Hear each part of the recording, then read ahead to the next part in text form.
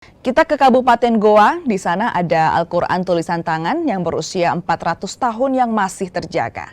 Al-Quran ini ditulis menggunakan bahan tinta dari biji mangga dan tanah liat. Al-Quran berusia 400 tahun ini tersimpan rapi di Istana Balalompoa, Kabupaten Goa, Sulawesi Selatan. Al-Quran jadi bukti jejak penyebaran agama Islam di masa Raja Goa ke-14.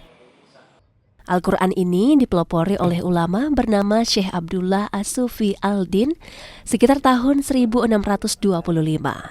Al-Quran kemudian ditulis dengan menggunakan tinta berbahan biji mangga dan juga tanah liat.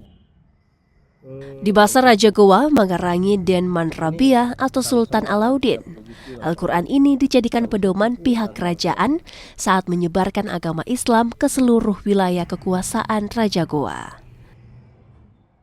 Jadi setelah kerajaan Goa Tallo sebagai kerajaan Islam menerima Islam, maka dilakukanlah beberapa kegiatan-kegiatan untuk lebih siarnya agama Islam sendiri, yaitu harus ada Al-Quran yang jadi pegangan, juga beberapa risalah yang berkaitan pembelajaran agama Islam itu sendiri.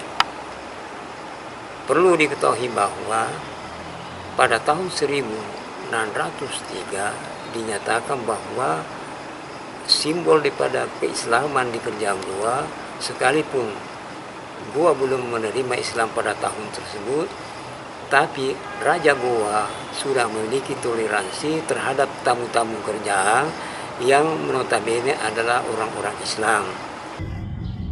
Sebagai peninggalan sejarah, Al-Quran ini nantinya akan diserahkan ke pihak yang berwenang agar kelestariannya tetap terjaga. Aziz Amin, Kompas TV Goa, Sulawesi Selatan. Warna